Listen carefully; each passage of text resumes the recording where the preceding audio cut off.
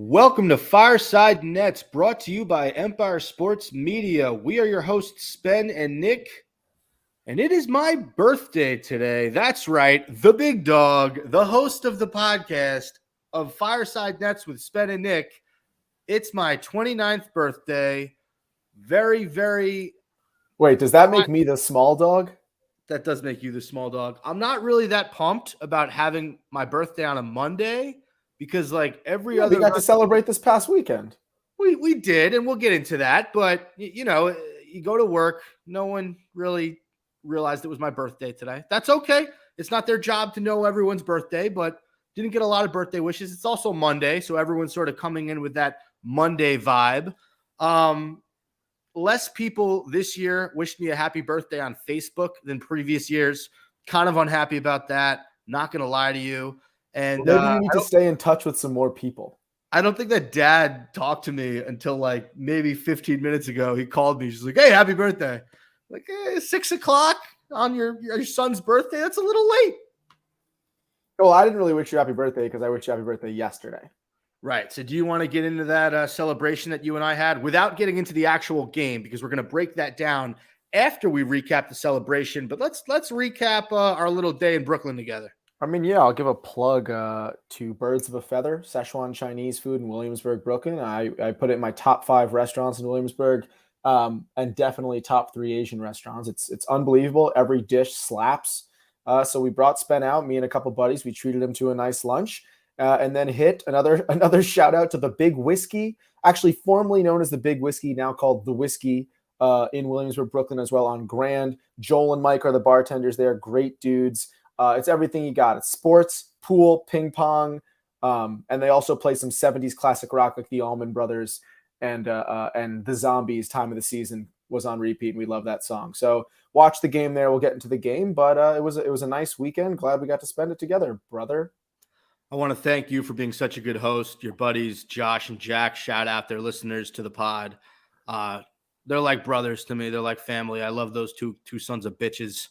And we had a good time outside of the guy at the bar who I know I'm never going to see again. You might see him again because he's definitely going to be at your bar.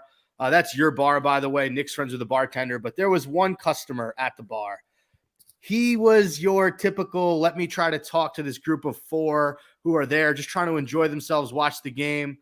He made one of the most inappropriate jokes I've ever heard. It was kind of funny. We're not going to repeat it on this podcast because I don't want to get canceled by everyone on Nets Twitter. It's not a canceling joke. I'm sorry. I shouldn't preface it like that. It's just one of those gross. It's an overtly sexual joke that we don't need to repeat. That you don't want to hear from a 60-year-old stranger. I'm just assuming the guy's age. I agree. He was probably within the 50 to 60 range. He was very odd, but he did try to wingman you because he didn't know you were engaged, and he bought you pickleback shots. So although he did some questionable things, he had 2 redeeming actions. So overall, it's kind of a wash. I'm all about it. I mean, not to mention he's trying to have these full-on conversations with us with like 3 minutes left in the Nets-Knicks game. Like we're trying to focus on the fucking TV, and this guy won't shut his trap. Was driving me crazy. But you know what? We've talked enough about our weekend. I thanked you a few times. Let's get into this game because can you thank me one more time? Thank you. Okay. This was actually a game that I thought the Nets were going to lose. Yeah, I feel like they were due. They had won. They've beaten the Knicks 5 times straight before this game. They pretty much own the Knicks number since KD joined the team. So, we're coming off a great win against Philadelphia on Thursday. We'll get into that later in the podcast. But I for some reason, I thought the Nets were due for a loss. And to their credit, they came out focused. No Kyrie Irving, no Seth Curry. Kevin Durant was on no Aldridge, you're right. He was on a motherfucking mission on Sunday. And that was to basically beat the Knicks by himself. And he damn near did it. I mean, 53 points. He had the go-ahead 3-pointer. There was a moment in that fourth quarter where he hit a jumper over Evan Fournier, and he just went like this to him, like, "You're too small." Unbelievable game by Kevin Durant coming off that epic performance against Philly on Thursday. What'd you think of this masterpiece by KD, Nick? I mean, KD was incredible, but we still played down to the Knicks. We have this tendency, and the Sixers game being a miraculous exception of that tendency, to really play on the level of the teams we play against. And we keep these shitty teams in the games. KD is a god. I wanted the ball in his hand every single play. Obviously, we're missing Kyrie because of New York mandates. Seth Curry was a last-minute scratch. I think he tweaked his ankle in warm-ups, if I read that correctly. Yeah, it's sort of an ankle injury that's been around for a while, and I think they just wanted it kind of flared up in the Sixers game. I'm not sure if we touched, and just to those of you who either haven't heard this, Joe Harris is undergoing season-ending ankle surgery. So he'll be out for the remainder of the season after that whole botched surgery and recovery he had. So KD needed to carry the team, and he did. Was it 53 points, if you said that? I mean, he was unbelievable. I thought Andre Drummond had a pretty solid back-to-back performance if you're going Sixers and then to this game against the Knicks. Nick, you know how many shots Andre Drummond missed against the Knicks? Zero. 8 for 8, 18 points, 10 rebounds in 27 minutes. That was huge. Yeah. I will say Bruce Brown has been stepping up significantly, and I was right about that. Everyone was out on Bruce Brown, and I knew Harden just needed to leave. So Bruce Brown's been coming up. He had 15, 7, and 5, all good numbers across the board. Claxton was solid, 10, 5. The one person who we kind of needed here, right, or one of the two to step up, and it's a little dangerous, Dragic and Patty Mills both had bad shooting nights, 7 and 5 points respectively. If we have no Seth Curry, pardon me, if we have no Seth Curry, no Joe Harris out after the season, no Kyrie, and those scorers, we need either Patty Mills or Dragic to be that guy that can knock down threes, especially Patty Mills as a sharpshooter. So that to me kept the Knicks in the game. We had a Durant who couldn't miss. After that, we had a solid night from Bruce Brown. He's never going to be the guy who scores at will. A solid night from Nick Claxton again, and better than expected from Drummond. But if we want to consistently beat good teams, not just the 12th place New York Knicks with a kind of washed Randall, I guess he's coming back a little bit, but I know Knicks fans were out on him for a while. We need our 4, 5, 6 guys to do their job, do their role, hit shots when they need to. Yeah, well said. You're a very pessimistic Nets fan. It's the NBA. I don't think you can say they play down to their competition every game. I think that the Knicks are a crosstown rival. We've had this sort of rivalry with them since the early 2000s when the Nets kind of had Kidd and everything. And it was almost the first time in a long time that they were better than the Knicks. So there's a rivalry there. These games are always going to be close. They always have been. No matter how much better we are than the Knicks, they tend to bring their A game against us. Yes, but you have to realize, too, the spread was 6 for a reason. We're a significantly better team. The BPI, over 70% of us winning that game. We are. We absolutely are. And the Knicks, they had us in every quarter except that first quarter where we scored 35. But they beat us. Second quarter, they had 30. We had 27. I'm sorry, we beat them in the third quarter, 26-23. They beat us in the fourth. But the thing that I didn't sort of count on when I predicted a Knicks win is the Knicks' fourth quarter, late in the quarter execution is among the worst in the league, Nick. They just, if they were smart, they would give RJ Barrett the ball and say, everyone get out of the way. Let him just try to take everybody, because RJ Barrett is their most skilled offensive player right now. But they put the ball in Randall's hands. He misses a few shots. They give Fournier a chance. I think he wasn't it Fournier who had that terrible turnover where Bruce Brown blocked it. They were down, I think, 1 point. Brown blocked it. Claxton made the save. And the Nets basically were able to stop the Knicks on an inbounds play after a timeout. That was an unbelievable play by it was a great defensive play, but why was the play call for Evan Fournier or whoever the fuck had the ball to go to Jericho Sims? That didn't make any sense. I think Sims was going to be or Robinson. No, it was Robinson. Yeah. It was Robinson. He was going to be the recipient of the why? They had a weird play drawn up to go down low because we were Drummond was not in, right? So we're playing small. Drummond was not in, so we're playing smaller. Yeah. They wanted to get the ball to Robinson, who could overpower Durant or Claxton. So I actually don't mind the play call as terrible execution. And Fournier, you did kind of want the ball in Fournier's hands. He had 25 points last night. So I don't know if it was him or Burks. I don't remember who. I think it was Burks. I think it was Burks. I think you're right. But I'll tell you this: what killed the Knicks? And look, Fournier had the best game. He had 20. I'm sorry, Randall had the best game. He had 26 on 9 of 17 from the field. Fournier had 25 of 9 of 13 from the field. He was hot. And then RJ had 24. Not an efficient game for RJ, 8 of 21. But Burks shit the bed for them, 2 for 9, and then quickly had 6 points on 2 of 10 from the field. And I'm so a big Quickly guy. Quickly is a nice shooter. He is quick too. He had one play where he had a hesitation step on a drive where you're like, holy shit, that guy could move. Him and Maxey are very comparable. So those two guys had bad games. The only thing, in my opinion, that kept the Knicks in this one, I forgot if it was the third or the fourth. It might have been the fourth, when Obi Toppin hit those 2 wide open back-to-back threes. You're like, if he's going to be hitting shots against the Nets, it might not be our night. But look, you can say this in every single matchup between us and the Knicks in the last year and a half. It came down to, we have Kevin Durant and they don't. No James Harden, he's somewhere else. No Seth Curry, hurt. No Kyrie Irving, the stupid mandate. You're almost surprised when Kevin Durant misses a shot. That's how smooth every shot he takes looks. I know. And he did it on 19 of 37. He took 13 threes. He only hit 4 of them, but he had a huge one in that fourth quarter to put the Nets up 3 in a tie ball game. And he played 43 minutes. And you love the comments after this one. KD goes, I've told you guys, I'm fine dying out there, essentially, is what he said. I'm paraphrasing. He wants to die on the court, which, given this Tom Brady news as of recent. It's like the sixth man. A lot of people want to die, I guess, on the field of battle or the court. But, unbelievable game for KD. And then you love his mother showing him appreciation after the game. She tweeted 53-piece and the W. So shout out to Wanda Durant. I think one of the coolest mothers of any NBA player. Not as cool as our in the mother. league right now. Oh, any NBA player. Any NBA player. I mean, let's not compare Wanda Durant to Randy. She's all time. So is Wanda Durant. It's close. Like you said, good games from Drummond and Claxton. It was a weird sort of experience for Nets fans because Kyrie Irving was in the stadium. He was in the arena.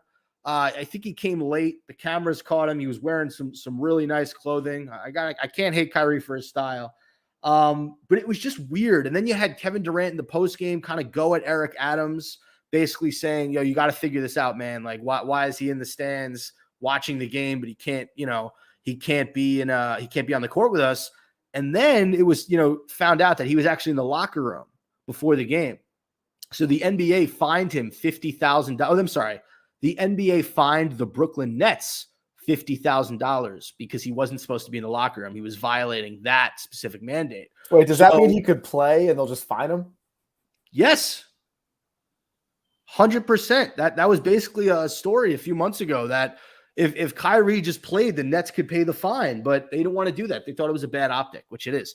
So, given all this information, Nick, the Kevin Durant talking smack to the mayor after the game, Kyrie Irving showing up, he can't play. The Nets are fined for him being in the locker room. I mean, what do you make of all this Michigas, this craziness?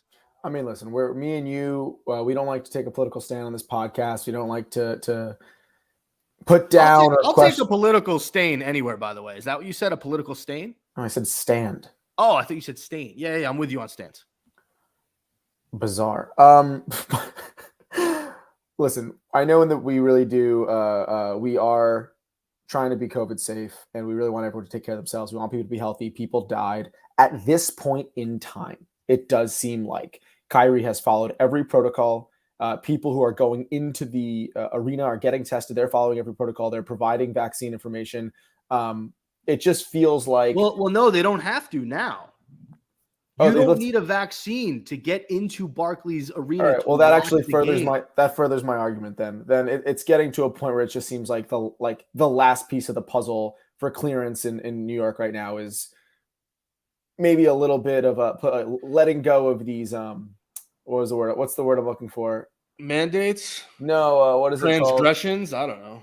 What's the word when you do something, but you do something, but you do another? You say something, but then you do something else. Hypocritical? Hypocritical. That's the word I was looking for. Hypocrisy. So, it's extremely annoying that we have to deal with this. I don't blame KD for going off after the game. He's going to have to put up those kind of nights at home until Kyrie's back. He's going to have to score 40, 50 a game for the Nets to have a chance. So for him, he's like, yeah, Eric Adams, you're making my life really difficult. I need my running mate. I need my best friend on the court with me. And it gets annoying because, why is the mayor doing this at this point? Why is New York City enforcing this mandate that clearly makes no sense? The fact that Kyrie was at the game, And if he didn't go into the locker room, the Nets wouldn't have been fine, but he's able to be around, I don't know how many people are there, 40,000 other people, 30, whatever the number is. And he can't be on a court with 15 other guys. There's something wrong with that. It just doesn't make any sense. So look, Nets Twitter is extremely confused. I think we're all confused. I think even people who aren't fans of the Nets, outside of the fact that they want to see the Nets lose, at this point, they're like, this is ridiculous. Let the guy play. Fucking people all the really diehard Vax supporters are at the point where like the guy did his time. He hasn't played any home games at all this year. And it's not like we're saying he should play and there are no mandates that have been lifted. There's a lot of things have been lifted. This one particularly does not make sense in this case. So it's a tough pill to swallow. Here's my thoughts on it. It needs to happen before the playoffs.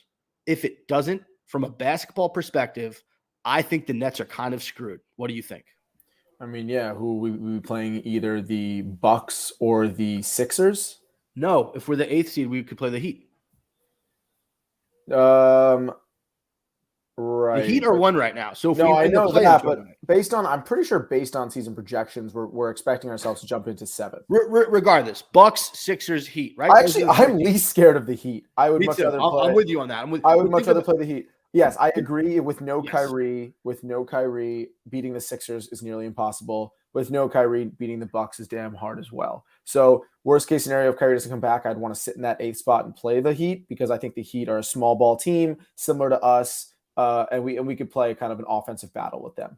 With that said, and again, we'll still get them for the away games. But with that said, playing the Sixers at home without Kyrie would be very scary. Especially after we stomped them, and we'll get to that game in a sec. Especially after we stomped them, they're going to come in on a vengeance. I look at it like this, right? So wherever we go, Miami, Milwaukee, Philly, even Boston to a certain extent, we're probably not going to win the first 2 games on the road. We'll probably take one with KD and Kyrie. So we go back home with the series split 1-1. You're asking Kevin Durant to win one of those games without Kyrie Irving. He could probably do it. Let's say they split. They go back away. It's 1-1-1, right? Yeah. So they go back away. You can win, that game 5 becomes huge, right? Because if you win that, you have 2 chances at that team. I guess the funny thing about the Nets being in those higher seeds is Kyrie plays 4 games instead of 3. But what you're betting on is Kevin Durant has to win one of those 4 games on the road, if not 2. You know what I mean? I'm sorry. He has to win one of those games at home without Kyrie. So it's a very hard the sort point of dynamic. Is going to be tough. We need Kyrie back for the playoffs, and we really want Ben Simmons back for the playoffs, or to start in the playoffs, because he was never there, so he can't really come back. But yes, agreed. Okay, we're going to move on. We're going to go all the way back to Tuesday night against the Charlotte Hornets, 3-8. Wayne's World music. I like doing that. I think I do a pretty good one. Shout out Mike Myers and Dana Carvey. And Lorne Michaels. That was an SNL sketch. All right. The score was 132-121. The Nets beat the Hornets. I'm pretty sure this was a wire-to-wire victory. I think the Nets were up like 34 at one point in this one. The Hornets cut it to say 12-14. They went on a run, but too much Kyrie Irving in this one. 50 points for Kyrie, 15 of 19 from the field, 9 of 12 from 3. He was ridiculous in this one. The Hornets had no answer. He made life hell for scary Terry Rozier, who actually had a pretty nice game. He ended up with 30. Miles Bridges had 30 as well, 24 for LaMelo Ball. But the Nets, they dominated this game. And what was cool about this, Nick, was another great game from Andre Drummond, 20 points, 14 rebounds. He was huge for them. Kevin Durant had an off night. 6 of 13 from the field, 14 points, a few turnovers. He did not look like himself, but the Nets didn't really need him, because this is the luxury you have when you have Kyrie Irving. He's capable to go off for 50 anytime. Great game. Yeah, but it wasn't even like Durant was off. He just didn't need to shoot. It wasn't like it was quiet. He was off. I didn't have any. To me, it didn't seem like KD was out of it. He was just passing the torch and letting Kyrie do his thing. And we were, like you said, we were up over 30 at one point. We didn't need Kevin Durant to put the ball in his hands. And that, to me, it's funny, right? We don't rest Kevin Durant much, if ever, right? Because we need him on the court. But it was almost, in a sense, a rest game for Durant, because he didn't have to overexert himself. He passed the torch to Kyrie. Kyrie dropped a 50-burger. This victory was never in doubt. Charlotte creeped up a little bit. We were watching this one from the Big Whiskey as well, me and my boys. So All around, just a solid performance by everybody. I got to shout out Andre Drummond again, who I'm still considering such an unbelievably valuable pickup, 20 and 14. This guy's got this little up and under move that he does almost every time. That's unstoppable. It's unstoppable. It's a reverse layup. He did it 4 times against the Knicks on Sunday. And basically, he uses the net as a defender. Or I'm sorry, as almost like a barrier between him and the defender. Yes. And Mitchell Robinson, Jericho Sims, they go up to block it, and they can't because they throw their hands up. It goes into the basket. So he's very crafty down low. He's a walking double-double. I mean, 20 points and 14 boards for him is huge. This game was never in doubt. This was a nice sort of feel right, get right win for the Nets. They were coming off, I believe, a few losses, right, Nick? They had lost a few games before this. Yeah, if I remember correctly. The Celtics, the Heat, the Raptors. The Raptors were on a 4-game losing streak. We come back and beat the Hornets, but what I'll say too is there's huge playoff implications on this game because the Hornets now are 2 games behind us, but at the time we were tied. We were 1 game behind them because they had the advantage over us. We had records tied. So now we not only pass the Hornets, we beat the Knicks. We hold the 8th spot. The Hawks jump into the 9th spot. The Hornets have dropped into the 10th spot. So we're 35 and 33, 2 games behind the Raptors, who are 37 and 30, and we're 2.5 games. And then we got the Hawks on our tail at 33 and 34, Hornets at 33 and 35 and 10. So this was not only an important game for us as a team, but we were playing the team right ahead of us, a team that we are better than, that does not deserve to be ahead of us. And I'll say the same thing about the Toronto Raptors, who are somehow in the playoffs. But this had big implications on it, beating the Knicks, beating the Sixers. All these games are super important, obviously, as we approach the last 10 games of the season, and we're trying to get a viable playoff spot. So the title of this episode, the last thing I will say about the Hornets-Nets game, and I'll let you take it from here, I've never seen LaMelo Ball kind of play from start to finish. He's a talent, dude. He is fun to watch, and he could do it all. He could pass the ball. He could rebound. He could shoot. He could drive. LaMelo Ball is going to be a freaking star in this league. He's absolutely going to be a superstar. I agree with you there. The title of this episode is "Are the Nets Good Again?" ? This is a good week for the Nets. We won 3 games. We haven't even gotten to the best win of the week yet. We're about to get there, guys. Thank you for being patient. But it just got announced earlier today that Kevin Durant was the player of the week this last week, and that is with just scoring 14 points against the Hornets. So the Nets are in a much better place. And if they had lost that game against Charlotte, they would have been the 10th seed, which would have sucked for this team to be anywhere close to double-digit seeds. So thank God they beat the Hornets. We talked about the Knicks game on Sunday. Let's get to the main event, Nick. Brooklyn, Philadelphia, one of the most hyped up games of the year. You and I, unfortunately, could not watch live. You were doing your comedy sketch show. I was supporting you, being the good brother that I am. We sacrificed watching this game live, and we missed a fucking bloodbath, dude. The Nets absolutely beat. First of all, before this game even started, Philadelphia wanted to murder Ben Simmons. I've never seen an amount of vitriol that they show this guy. You guys got James Harden, okay? So for all your, I hate Ben, he didn't want to play for us, he's mentally this, he's this, all this shit talk, what you got out of it was James Harden. So I don't want to hear it. The fact that you're still abusing this guy after, the breakup, it's almost like an ex stalking his or her ex-lover. It just doesn't make any sense to me. Leave the guy alone. Booing's fine. I'm talking about the abuse at the hotel, the shouting shit at him at the bench. You have to be some type of sick individual to think that you have some sort of grounds to talk shit to this dude's face after, he gave you guys 4 really solid years. So I was bothered.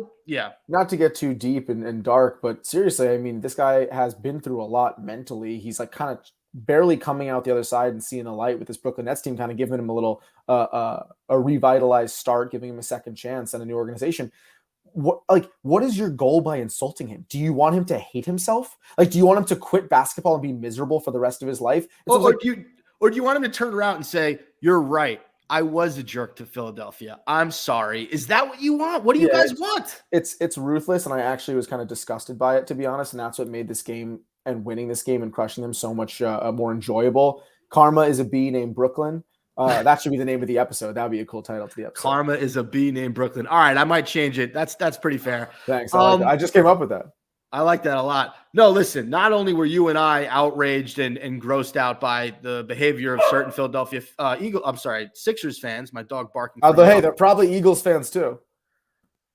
But the players heard it. Kevin Durant heard it. Kyrie Irving heard it. And they went off. Durant had 25 in this one, 10 of 17 from the field. But the Nets dominated this game. They led Philly wire to wire. Irving had 22 points and an awesome three-pointer right before the half as time was expiring. Revenge game for Seth Curry, traded away by his father-in-law. He scored 24 points. He had 4 three-pointers, 10 of 14 from the field. And just a great game by those three guys. Those three guys. And then you want to talk about the job that Andre Drummond and Nick Claxton did on Joel Embiid. Look, Embiid still ended up with 27. He went to the free throw line a ton, but he was 5 of 17 from the field. They made life hell for Joel Embiid. They basically gave you a blueprint on how to not stop him, how to slow him down. But we're going to get to the best part of this game, Nick. Could you please read to our audience the stat line of former Brooklyn Net James Harden? Do you have it pulled up? I do. I first want to read there were 2 stats. That's actually what I was going to read. There are 2 stats I want to share that are the greatest stats of all time. They make me smile every time I see them. The Nets shot 56% from the field in Philadelphia against the Sixers. The Sixers shot 32%. At the end of the day, that's just basketball. At the end of the day, who's going to put the ball in the net more? And our confidence and our ability to go into the Philadelphia arena with Ben Simmons by our side, getting his back, despite all the boos, despite all the hate. The Sixers were 4.5-point favorites. 4.5 point. That's a 33.5-point swing. We won by 29, 129 to 100. And James Harden, talking all this shit. He needed to find a new place. He wasn't happy. Nick, he wanted to be with guys who wanted to win. James Harden wanted to be with players in that locker room that wanted to win. You guys lost by 29 points. Harden finished. Tell you read that stat yet? I'm about to read it. You don't read the stat. Harden finished. I'm trying to. Harden finished with 11, 6, and 5, 3 for 17 from the field. 3 for 17. 3 field goals, 14 missed field goals in what's arguably the most important game of the season for him thus far. Trading teams, trying to be a presence on that team, asserting his dominance on that new team and showing he made the right decision. He looked like the biggest dingleberry of all time. And that goes after going to the Sixers, starting off hot 3-0. Everybody's in their pants like, holy shit, him and Embiid's the greatest combo. Maxi's the greatest third guy. Fuck Tobias Harris. He's never been that great on a max contract. And then we come in here and every single person is out on us. Every person that said there's no way. 4.5-point favorites. That's a big spread when we have Durant and Kyrie, right? And we come in and win by 29. I mean, that's a fucking statement right there. James Harden is just a distant memory at this point. I'm going to give myself props again because I called out that James Harden would not work out as a Net before we traded for him. And everybody in the Nets organization, everybody Nets fan base called me crazy. So I was right. You guys were wrong, but we all win because the Nets won. Yeah, it's funny you say that. I actually heard Sean Marks and Steve Nash when they made the trade for James Harden. They're like, this kid Nick, he's crazy. He doesn't think we should give away LeVert and Allen. So good on you. They were talking about you. My one message that I have for Philadelphia 76ers fans, if you guys are listening,